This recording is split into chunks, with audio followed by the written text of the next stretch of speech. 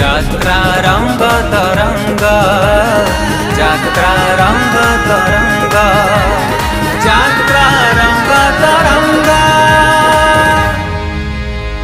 ପୂଜା ତ ନିହାତି ହେଲା।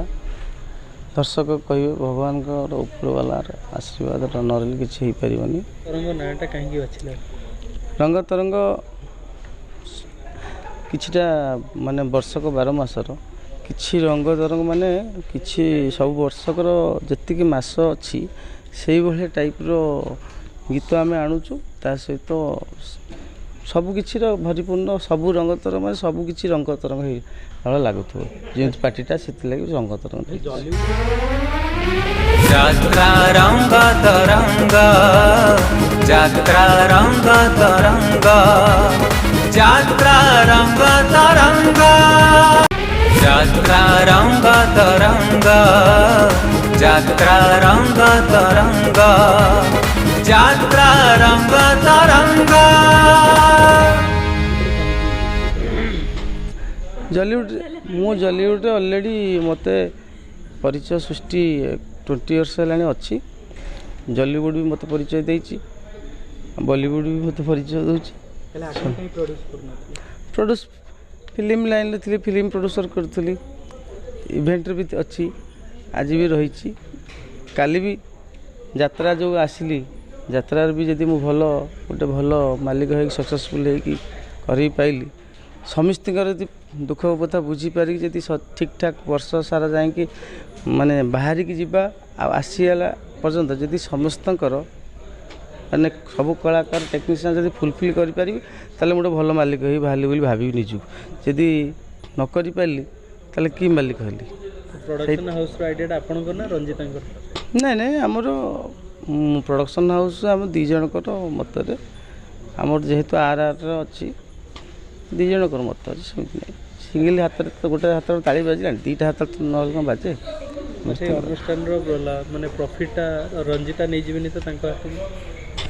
ପ୍ରଫିଟ୍ ତ କିଛି ଆମେ ପ୍ରଫିଟ୍ କି ଭାବିନୁ। ଆମେ ଦର୍ଶକଙ୍କୁ ଭଲ କିଛି ଏଣ୍ଟରଟେନମେଣ୍ଟ କରାଇବୁ। ଆଉ ଭଲ ନାଟକ ସବୁ ମ୍ୟୁଜିକ୍ରେ ହେଉ କି ମାନେ ଗୀତରେ ହେଉ, ଡ୍ୟାନ୍ସରେ ହେଉ, ଦର୍ଶକ କହିବେ, ଏଇଟା ଆମେ ନିଜକୁ ନିଜେ କହିବା ଠିକ୍। ନାଟକ ସବୁ କ'ଣ ସବୁ ଏବେ ରେଡ଼ି ହେଲାଣି?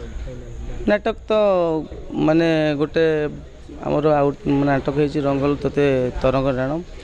ଆଜି ଯେଉଁଟା ବି ଆମେ ପୂଜା ବି କଲୁ, ଆଜି ଯେଉଁଟା ବି ଆମେ ଷ୍ଟାର୍ଟ ହେଲା, ସିଂହଦ୍ୱାରରୁ ସ୍ୱର୍ଗଦ୍ୱାର ମନା, ଆହୁରି ବି ଅନ୍ୟାନ୍ୟ ବହୁତ ନାଟକରେ ଅଛି। ଆମେ ସବୁ ଲିକ୍ ଆଉଟ୍ କରୁ, ଗୋଟେ ଗୋଟେ କରାହେବ।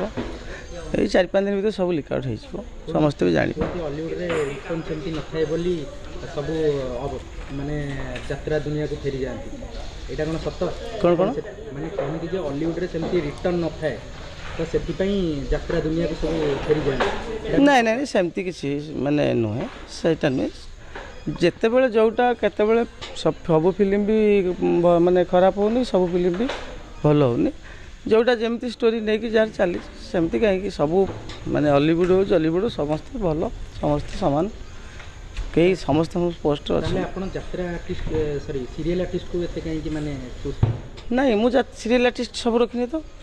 ମୁଁ ସିରିଏଲ୍ ଆର୍ଟିଷ୍ଟ ରଖିଛି, ମୋର ଯାତ୍ରା କଳାକାର, ମୁଁ ଭଲ ଭଲ କଳାକାରଙ୍କୁ ବି ନେଇକି ରଖିଛି, ଭଲ ସିଙ୍ଗର ନେଇକି ରଖିଛି, ମୁଁ ସମସ୍ତଙ୍କୁ ରଖିଛି। ମୁଁ ସିରିଏଲ୍ ରଖିନି ତ, ଖାଲି ସିରିଏଲ୍ ରଖିଛି, ଯାତ୍ରାରେ ବି ରଖିଛି।